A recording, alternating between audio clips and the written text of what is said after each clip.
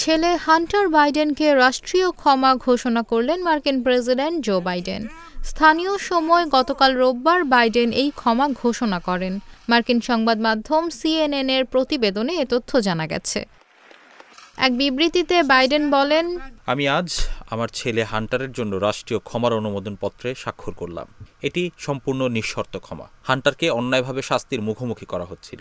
মার্কিন প্রেসিডেন্ট আরও বলেন, আমি প্রেসিডেন্ট হিসেবে দায়িত্ব গ্রহণ করেই বলেছিলাম বিচার বিভাগের সিদ্ধান্ত গ্রহণে হস্তক্ষেপ করব না, এবং আমি আমার কথা রেখেছি। যদিও আমার ছেলেকে আলাদাভাবে এবং অন্যায়ভাবে বিচারের সম্মুখীন হতে দেখলাম।